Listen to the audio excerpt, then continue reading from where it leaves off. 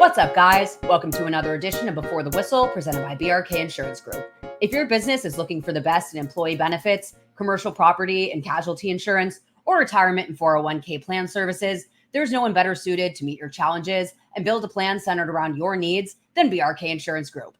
What's going on, y'all? Welcome back to Before the Whistle again. I am your host, Maddy and we're getting through this off season here. I had a little bit of an unorthodox podcast last week. Just really not in the mood to hear things. And I covered that in that last episode. But as I've said, I'll kind of be jumping around topics as we go through this off season. But at the heart of the show, Before the Whistle, all of that really pertains to an off season, if you will. And this has been the most fascinating one to unpack for Tulane really up to this point. And it just speaks to this coaching staff having no quit in them. As I'm going to get into with my guest on today's show, the transfer portal closed April 30th, and we're in the second to last, or I think it is the last week of May, and we're seeing these really quality guys be added to the team. And we've seen this really the whole month for that matter, but particularly on the defensive line, you saw Tulane really shore up. And Sam Lockwood is my guest who I'm having on today. He has his Wave After Wave blog, Wave After Green Wave on Twitter. Talk about this when we get into it, but that was kind of how we connected after going to school together. From a football perspective, we were both really looking at Tulane's defensive line and what the schemes would be that were going to be brought over from Troy. And a lot of that remaining the same with the kind of same 3-4 base system being there. But you saw a lot of edge guys leave for Tulane, where Devin Deal and Keith Cooper, they both went in the transfer portal. Darius Hodges declared for the draft. And then we've been kind of talking about games, we saw in one of the spring games, I think it was the penultimate one, where Patrick Jenkins was moved as an edge rusher because really kind of trying to figure out who you have there. And you have young guys on this team that I'm looking forward to seeing. You have Matthew Fobbs-White. We've seen guys like Deshaun Batiste and Michael Lenz. That blanked from my head, but a lot of it is kind of unproven guys.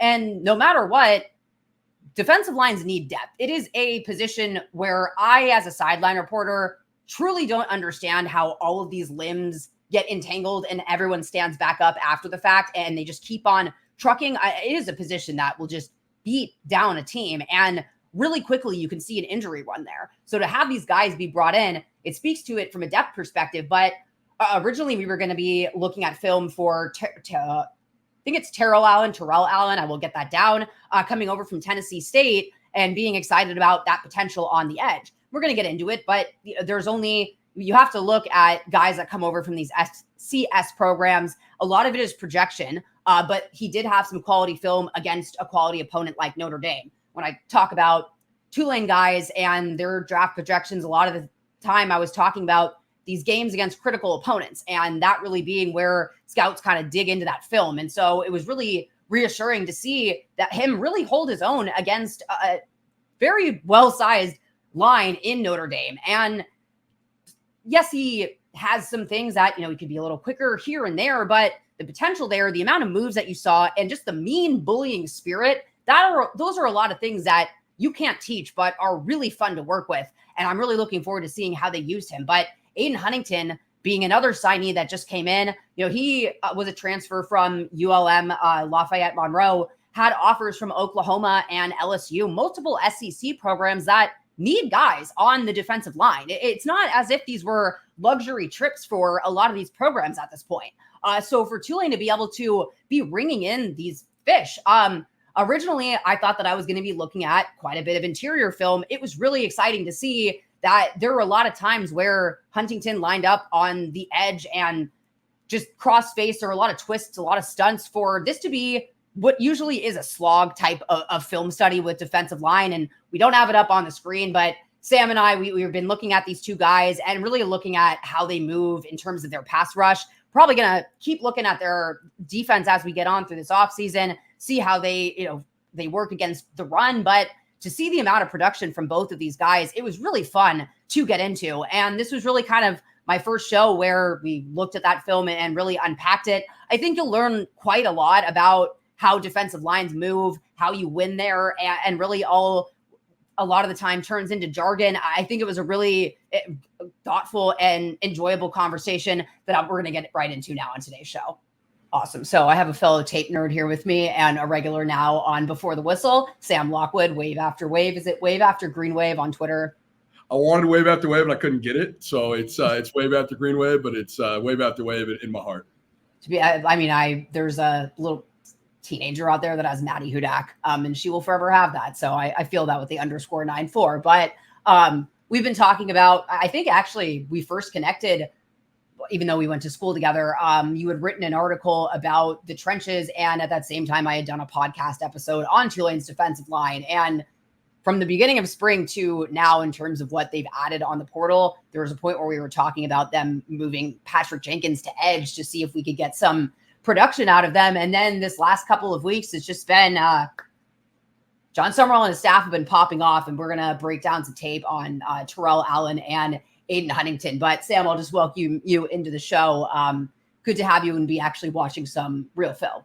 Yeah, happy to be here and happy to have a pass rush. I mean, that was the biggest worry, I think, coming into the season. Like you said, Pat Jenkins wasn't sure if he was going to be back. When he, ran it back, it was like, okay, but then everything in the transfer portal, you don't know. And then it's a bunch of unproven guys with, Devin Deal and Darius the Jet out of here. So it's going to be interesting. But then, this week, I remember getting the notification about Terrell Allen, who I'd been hearing about from people. I was like, this is really exciting. This guy had 13 and a half sacks last year. And I was like, okay, so we got one big pass rusher. And then that Adin Huntington news is just absolutely, thrilling stuff. I mean, that guy should be playing at, Oklahoma and Ole Miss, and almost was. So watching some of the tape here, he's really good. And pass rush went from being like maybe one of our weaknesses to possibly one of our biggest strengths in about 7 days.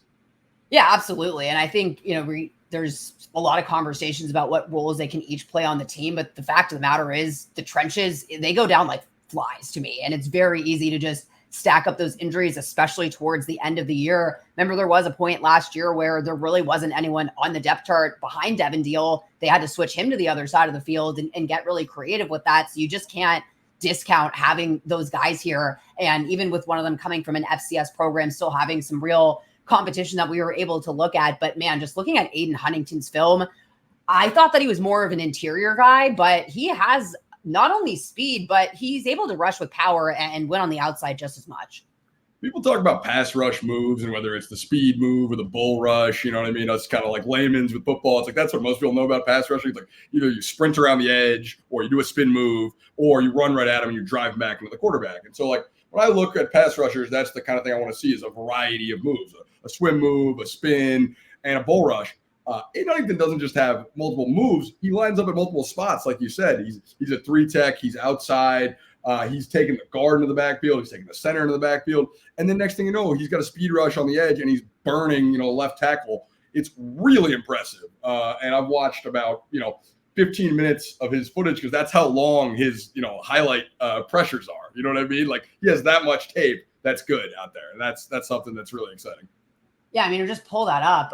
We looked at we have access to some stuff over here. So, out of 364 pass rush snaps, he had 8 sacks last year, 9 hits, and 3 hurries, and that's a total of 49 pressure plays. Like that is a whole highlight reel. And there's oftentimes guys where even if you're able to occupy the double teams and really affect the quarterback, but what stuck out to me was he was winning consistently. He was winning in critical moments. And like you said, those kind of basic terms, but no matter how much you know about pass rush, it's really just kind of, you have to be able to sell the ability to do something else. And most guys in college, they're either super athletic and they just win on speed, or they're just knocking guys back and being bullies. But his ability to start off with that quickness, his burst off the line of scrimmage stuck out to me more than anything else.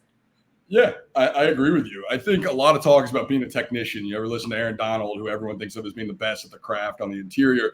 He is working with a knife and stabbing left and right, you know what I mean? Because he's that, into technique, fast, violent hands. I think that's the one thing that stuck out with me with Adin. He lines up inside, his hands are up quickly, his feet are moving fast. If the quarterback escapes out of the pocket, he's not just done, which most defensive tackles are. He's chasing him down. I'm not going to, cite some 40 times to you or anything like that. But you watch him get to the backfield. If the quarterback gets flushed out, usually defensive tackle's done his job. Quarterback's out of the pocket. That's now the edge or the linebacker's job. No, he's cleaning up that play. He's getting over there, and that's something that's really impressive to see. I think in the Troy film, which probably John Summerall is, having nightmares about these days, he is chasing down the quarterback, well outside the hash marks. And for a guy that's 280 pounds, it's crazy.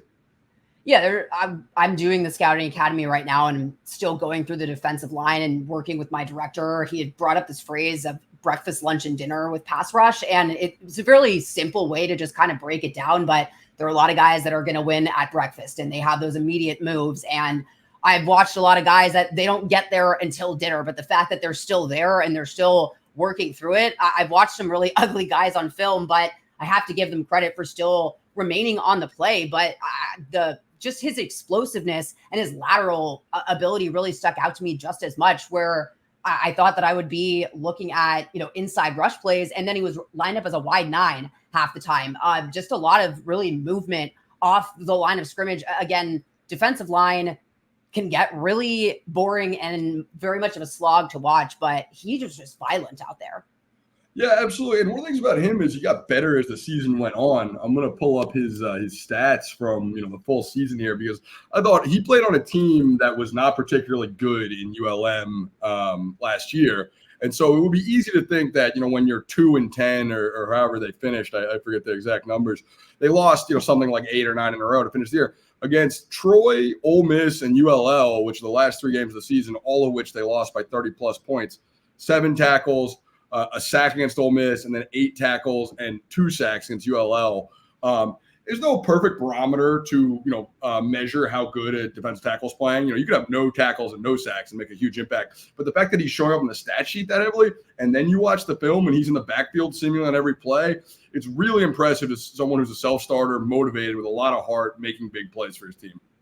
Yeah, absolutely. It's a really good point, too, to point out where it was in the schedule, because I think Tulane fans, if anyone, can really resonate with the 2-10 year, as you bring up. But those last couple of games of that year, they played the better competition towards the second half of the season for Tulane, and it was a lot closer in those final games against Memphis and UCF, for that matter, that year. And those guys just really played through until the end. But it is a good point to bring up, because you also look at just the competition level, and playing a school like Ole Miss that late in the year when your team is not doing that well, after having to do really a lot against Troy. I think it just goes to show that they're really the transfer portal in the spring, to me, is very hard to fill those kind of holes, because usually if a guy is good, they're not going to be available at that point in time. And so you're really having to kind of figure out fit and what kind of went on in the guy's previous program. There's obviously a path to playing time here, but I think John Summerall and his staff have really shown that they have the ability to just evaluate talent at a lot of different levels of football. Totally. I think no job is given. John's made that really clear. I think everybody knows that. I think Coach Gasparato's got to be looking at, what he's got now in his tool chest based on what he had last week to this week. The interior is so deep. Adonis, Pat Jenkins, Cam Hamilton, and then you throw in Adin. You've got 4 guys who can really play. They're going to stay fresh, because this position, people don't realize, they don't play every snap. These are big guys, and they're making quick movements. So they cycle them in and out, as it's passing, rushing downs. So having depth at the position is massive, and everybody's been talking about how badly LSU needs a defensive tackle, how badly Oklahoma needs a defensive tackle. And not only did we retain Pat, we also brought in Adin, who, by many metrics was a top 5 guy out there. That's incredible. And it speaks to Tulane raising its level to that of, these top Power 5 programs. And some people will say, he's ULM and blah, blah, blah. I don't care. He had an official visit to Oklahoma the week before. He was at Duke. He was at Ole Miss. Major schools were looking at this guy, and he picked Tulane. It didn't used to happen, and it sure is this offseason. Yeah, I've kind of, especially being the G5 fans that we are and having to live with the kind of biases that come around it, it really just always sticks out to me, people that are willing to kind of just dig deep and actually look. And again, it's hard to get access to this type of stuff a lot of the time. And so you don't have the ability to really judge off of a stat sheet. And so you look at how a team did that year, and it's really hard to just write these kinds of players off. But I think you can really find diamonds in the rough, especially at the pass rush position, where obviously everyone has to play off of one another, and they saw twists and stunts from both of those guys, but it's ultimately really just a kind of one-on-one battle. And it's really that of will. To me, just motor and pursuit, you can't really teach those things. And I saw that in both of these guys. Pursuit's a great word for both these guys. I think, I'm thinking about nicknames I want to come up with. When you watch film breakdowns, you got to have something. And I think Terrell Allen's going to be Louisiana Lightning because he is just fast and he is in pursuit. But Adin Huntington, more like the New Orleans Nightmare. He's coming up the middle and he is just absolutely wreaking havoc. So those are workshops. We'll see if they stick. That's where I was off of one day of reviewing film. But a real, speed and power combo added to the pass rush, which will help out Pat Jenkins and help out Matthew Fobbs-White. Because as you said, it's a team aspect, right? Each guy doing their job is what creates the sack. And a lot of teams that have good defensive lines growing up as a, Washington Redskin Commander fan, we had 4 great defensive linemen. Chase Young was stat hunting, and that hurt Jonathan Allen and Deron Payne because he wasn't doing his gap responsibility. Right. And these guys working hard at what Coach Summerall and Coach Gasparotto want to do will ultimately benefit the 4 of them in our team's pass rush. And that's what really matters, is getting home and whoever does it. I think I trust this coaching staff to have a huge emphasis on that.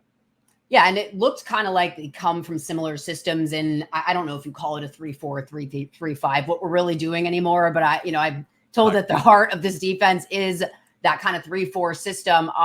But you kind of saw that ability in both those guys. But what I really liked out of both of them was it wasn't like either of them were necessarily in a box as a player. For Adin Huntington, I was really surprised by, his work on the outside, but the way that they kind of just lined up, there were some where they were a little wider on the outside. There were several where both of those guys were lined up on the interior at different points in time. And I think that when you start to see that at the FCS level too, what stuck out to me was the creativity from Terrell Allen, because he's not, it's really hard to kind of get help in that situation. You could tell that there were some plays there he might have been able to make a play, and then another guy wasn't able to engage in their block, especially against Notre Dame. But you could really still see the tools that are there to build with a player like Terrell Allen. Totally. And I think, you and I talked about watching, FCS tape. What do we take away from it? The level of competition. It's like, oh, wait a minute. Tennessee State played Notre Dame. I didn't know that. I wasn't watching week 1 Notre Dame or whenever it was, but I imagine early in the season tune-up. Anyways, Terrell Allen quickly, unfortunately, didn't get to go against Joe Alt, which would have been really cool to see him go up against a first-round pick. But, their right tackle is a 5-star prospect. I looked him up. We'll be in the NFL in a couple of years. He's making good moves on him. There's a great spin move rep where he gets by him like a young Dwight Freeney, and he's in the backfield in 2.5 seconds, and the quarterback's got to dump the ball. And if he had the help, the quarterback moves to his right. The other end is also crashing, and we could have the kind of meet him at the quarterback moment. Doesn't have the teammate for that, this year, but, going up with hopefully Matthew Fobbs-White, who, has been kind of my, defensive crush, if you will, all preseason long. I've been really excited about MFW because he's just been so awesome in the little bit that he has played. Between the two of them, I think we can have a really legitimate outside pass rush. The inside pass rush seems to be, definitive. The stat that everybody's throwing around is that most interior pressures in the country. You got the defensive tackle from Kentucky is number 1. Number 2 is Adin, and then number 3 went to the NFL, 3rd round or 2nd round draft pick. The rest is 4 is Patrick Jenkins. So returning in college football next year, interior pressures, there's 1 guy and then who goes to Kentucky, and then 2 guys who go to Tulane as the top returning players in the country. That's incredible.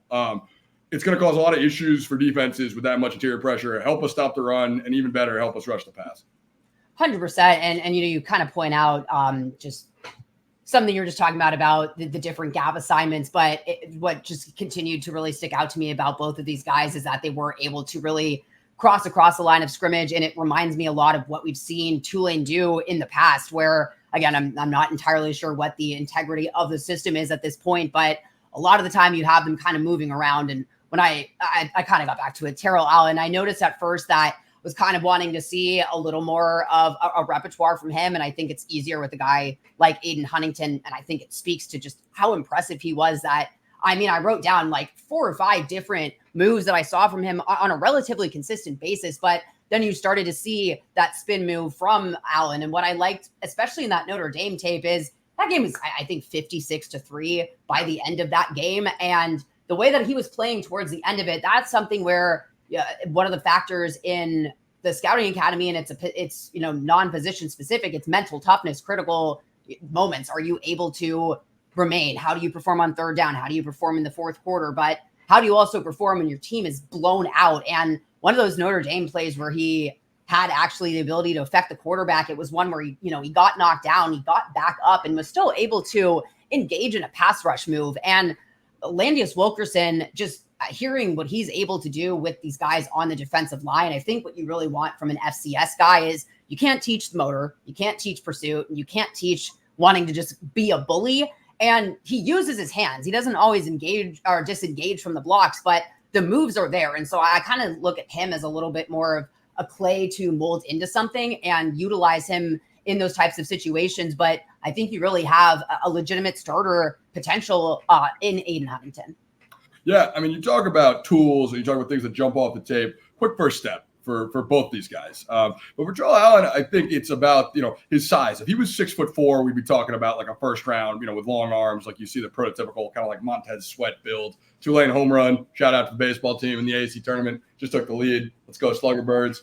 That's big time. Going up 2 in the bottom of the 8th. Anyways, back into it.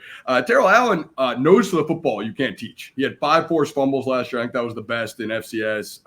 13.5 sacks. He's getting the quarterback down. He's cleaning up and finishing the play. Stats, they don't lie. 13.5 sacks. I don't care what competition level you're playing, from middle school to the NFL. Really hard to get that many sacks in that amount of games. Almost won a game, or more than won a game, I should say. Knows for the football and a quick first step. That can go a long way at the defensive end position. Yeah, you see a lot of guys and they'll win and then almost kind of get stuck like a deer in headlights and get almost frozen trying to watch the quarterback. I noticed both of them, their eye discipline and making sure they knew where the play was, but not at the expense of losing their gap assignment. There were a few times, but you saw both of them, to me, that breakfast, lunch, dinner. They both can win at breakfast and lunch, but they're both showing up at dinner on almost every single play. And sometimes it's ugly. And I think that's, again, something you see more at the FCS level where a gap might have been there and then it wasn't. But are you able to kind of keep working through that? And the second both of them each had an open lane, their pursuit to the quarterback and even just trying to get their hands up. That's what I remember. Devin Deal, we talked about this online where he was kind of the guy that I saw in the 22-year. I'm like, he's a star. And it was just those really little things and his awareness to always get his hands up in passing lanes. It is those small things that make a difference. And to have this much to talk about a player from an FCS program, I think just really says a lot about their ability to find this talent. Totally. This staff, it's easy to be a fan and be like, they know who they're looking for. They'll get the best guys. Like, they know what they're doing. And I do believe they know what they're doing. But it's really proved out in the tape, and particularly in the Huntington tape. I mean, you're watching a guy who's taking on double teams, who is fighting through and constantly winning in different ways. And so, we're rehashing stuff. I got the film, here. So I keep seeing it out of the corner of my eye. If you see me kind of looking, it's impressive, to see a guy who's thrown at a bunch of different, he's getting chipped by a running back. He's still making plays. So it's that doggedness. It's that willingness to keep fighting to get to the quarterback. And they both have it. And Landis Wilkerson, you mentioned, I've heard so many good things about. I expect him to coach up a mean defensive line. I think John Summerall wants the heart of this team to be the front seven, right? He's a linebacker. He's a defense guy. Wilkerson, Gasparotto, like these guys want to have a mean defense, and we're bringing in some bullies, for lack thereof a better word, to help assist with that. No, I mean, that's really the term I would use too. And it's something that you just can't teach. It's the same with safeties that don't really want to hit and tackle, which never been a problem at Tulane while I've been there, but it's one of those things, whereas you just see that really innateness in them. And that's where you see them chase down these quarterbacks, where that's something that becomes increasingly more important in this college football landscape. And quite honestly, again, Devin Deal really offered that speed and quickness off the edge, but I'm used to watching the scouting academy where on purpose they give you middle of the line players because they're not going to give you Aaron Donald and just say, okay, well, yes, sure, he's great. And then he's great. And then he's great. But quite honestly, that's how I felt watching Adin Huntington. And, we bring up Troy, and I agree, where not only I'd probably keep them up at night, that's to me immediately what sold him on this guy, because that was a game where he was lining up all over the defensive line and just consistently, like you said, it was the ability to get through double teams, ability to win off speed and just improvise on the spot as well.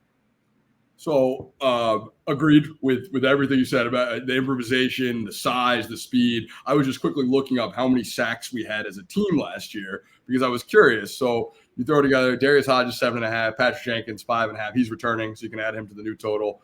Keith Cooper 5, Devin Deal 4, Cameron Hamilton 4. So roughly about 24 there.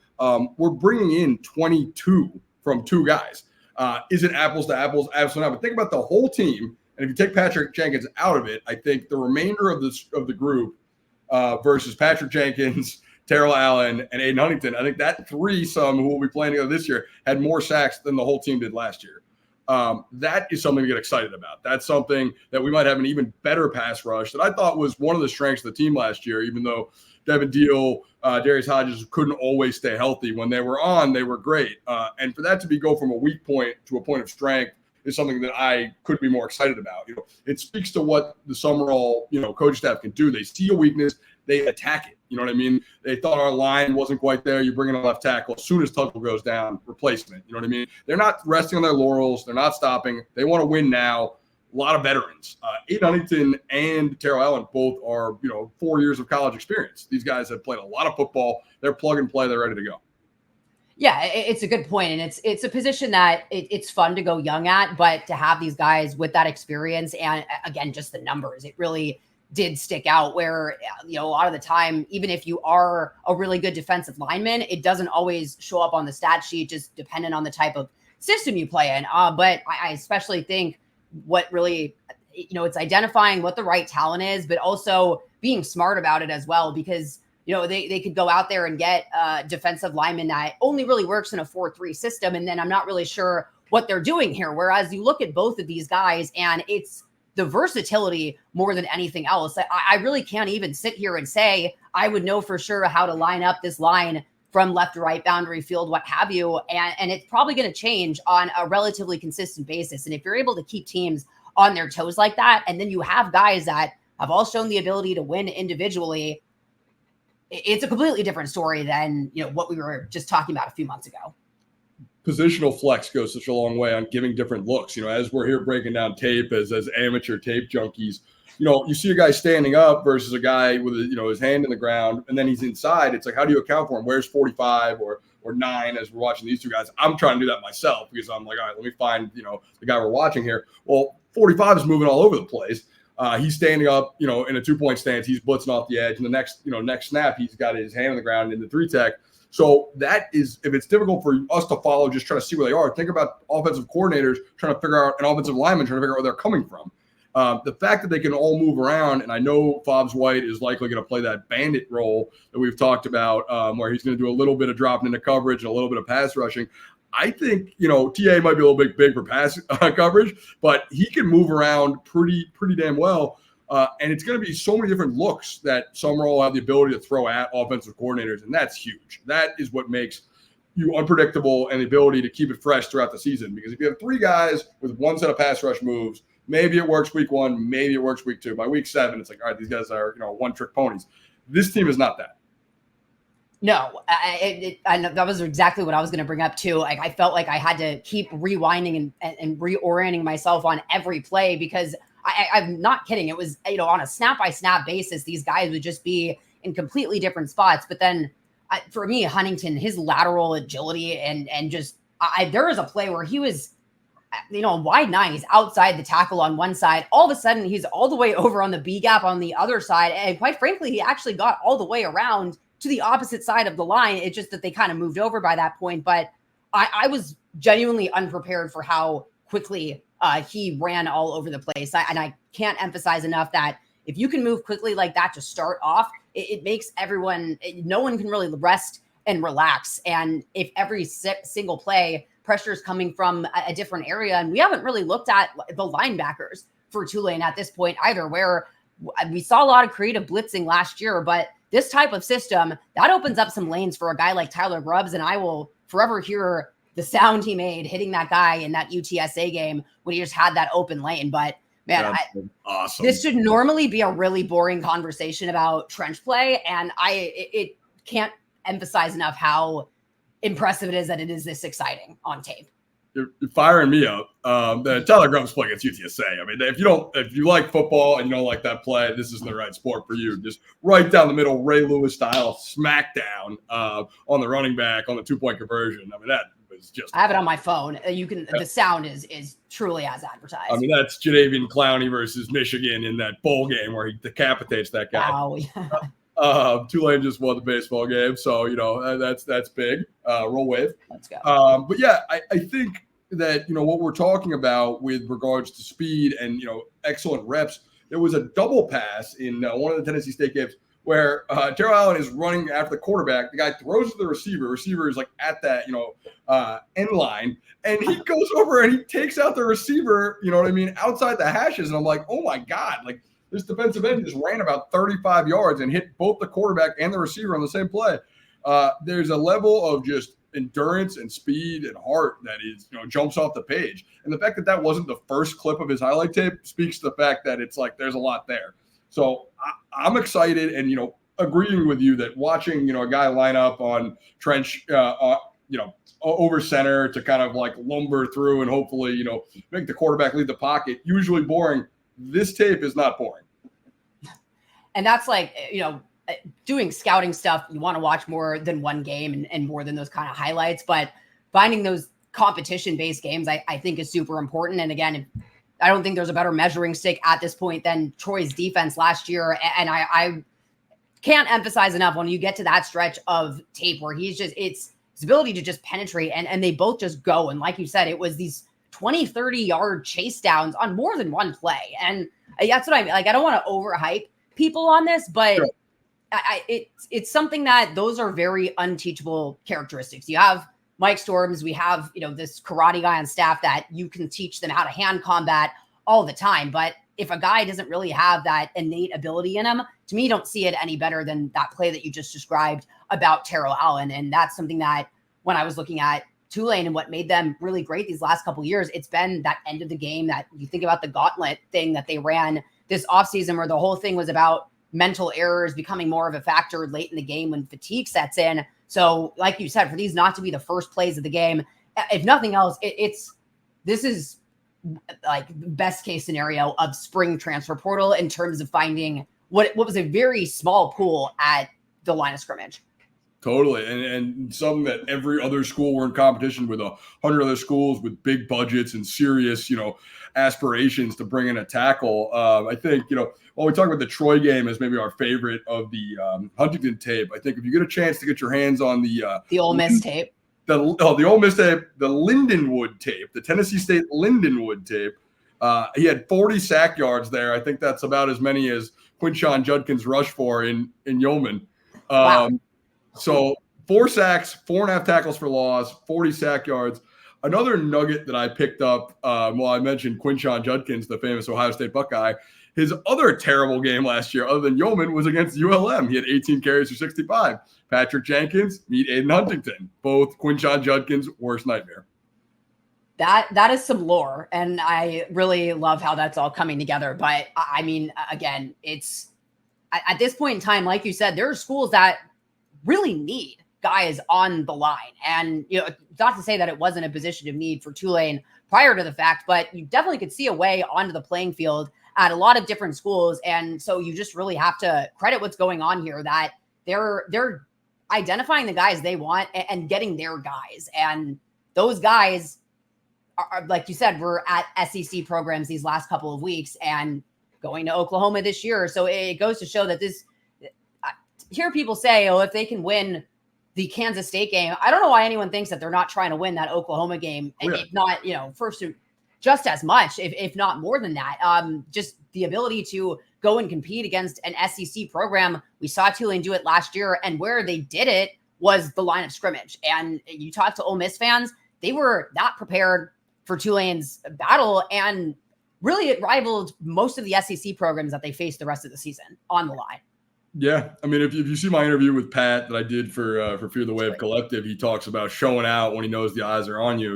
When you're playing Oklahoma, nobody wants to perform better than the Tulane guys because they think that they're so much better than us. You know what I mean? Like, they played a lot of these guys in high school. The playing field, nowadays is so much more even than it ever was before from the quality of athlete and talent.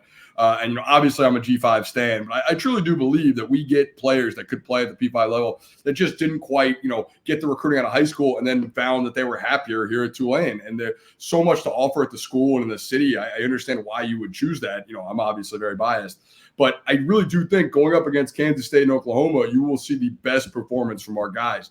They think they can be there. They've proven it in the past. And, with leaders like Tyler Grubbs and Pat Jenkins, who have gone up against these guys in the past, they'll be out there and they'll be ready to play. Yeah, I'm really looking forward to it. I just, it's a position where you have to come in, you have to learn a new scheme, but that's where you look for guys that kind of fit that mold, but you just look for these absolute bullies. And we talked about the identity, and I think that really is that physical, blue blood, just hard hitting type of stuff. And that couldn't exemplify either of these guys better to me. Yeah, and that's what you look for is just, hard hitting, hunger to take down the quarterback. And there's that in spades with both these guys. And I think, bringing in two pass rushers in a market that's always so hard, left tackle and pass rusher. When your team's drafting the NFL, what do they talk about every year for bad teams? Well, obviously quarterback, and then it's left tackle and pass rusher. So bringing in, both those positions in the last couple of weeks speaks to, the fact that we can go out and recruit at the hardest positions, the ones with the biggest need, and bring in legitimate talent. We're coming from a standpoint of recruiting. And I think this is a transition year for Summerall. You know what I mean? He got here late. He didn't have a full year to recruit. Next year, who knows? With the, kind of explosion of the transfer portal, whatever happens this season, this could be just scratching the surface. And I, for one, am very excited to see where it goes.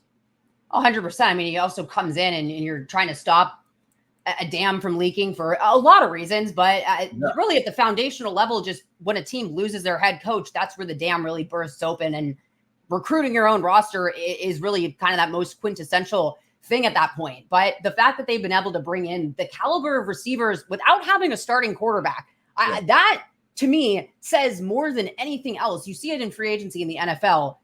It to me is really the one position where it's so dependent on another role that guys are so much more obvious about where they want to go play. And you've seen guys in the NFL turn down bags because they don't want some horrible quarterback that's just going to kind of throw their career away. And so the fact that these guys, even without having that answer there, obviously it credits to what all these quarterbacks are in that room and sell them on that. But not having the answer there and them still being willing to really roll with this, it's like you said, these are hard positions to get quality guys at. And we haven't even talked about the guys on the offensive line. We haven't even gotten into this guy's run defense. I will be having you back on for a second run of that. But this is just a crazy level of conversation to be having in late May about incoming guys for next season.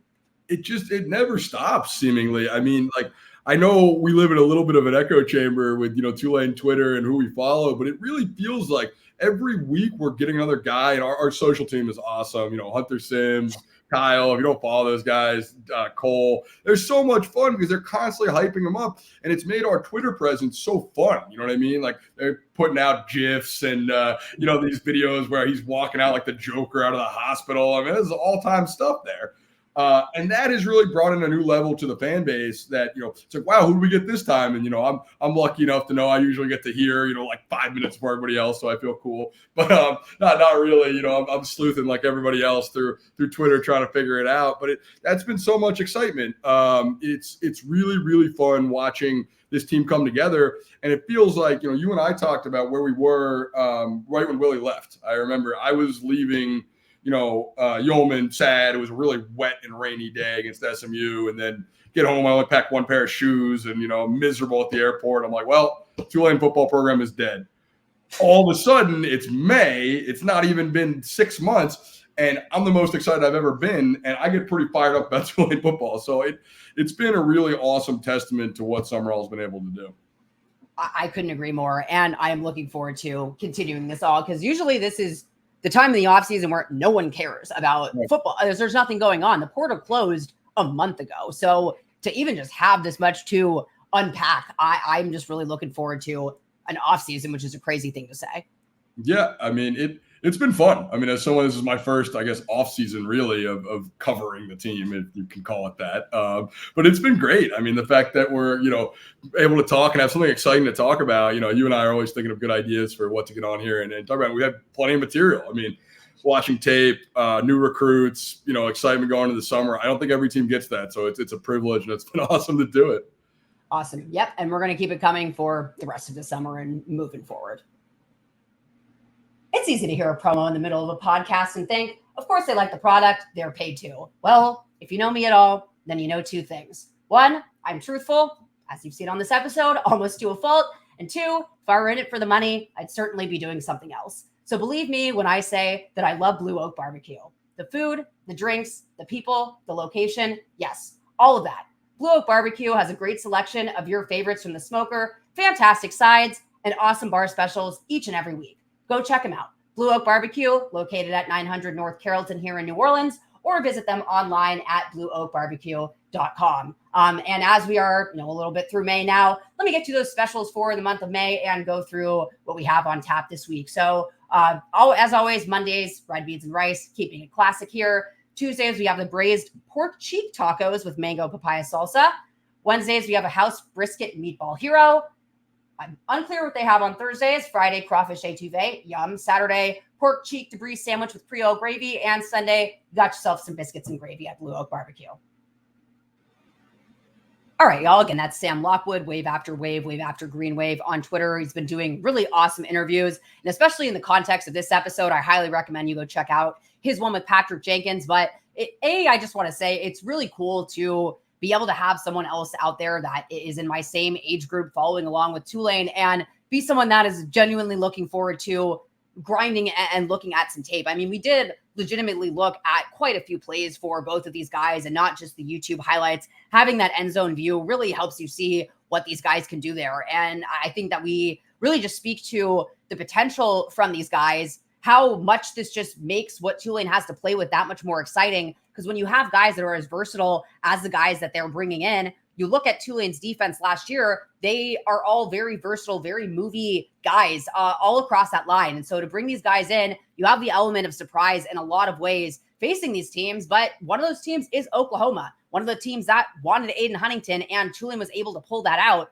And it's going to be a really good question of what this team's going to look like next year. Wanting to get kind of into the linebackers after this, just because there's really that much to break down here. But I can't emphasize enough how in the month of May to have this much to break down about a team in real time and not just looking at kind of empirical type stuff. Like, these are real time moves that are going on right now. And a lot of teams have kind of gone and settled down quite a bit. And this coaching staff, they're firing on all cylinders, and it's been a pleasure to just follow along this offseason and look at what these guys can do. And it's been fun, especially having someone to bounce that off of. So we're going to keep doing that as this offseason goes along and look at all the different levels of this defense and see what this team really can do next season. And with that, y'all, I will see you next week.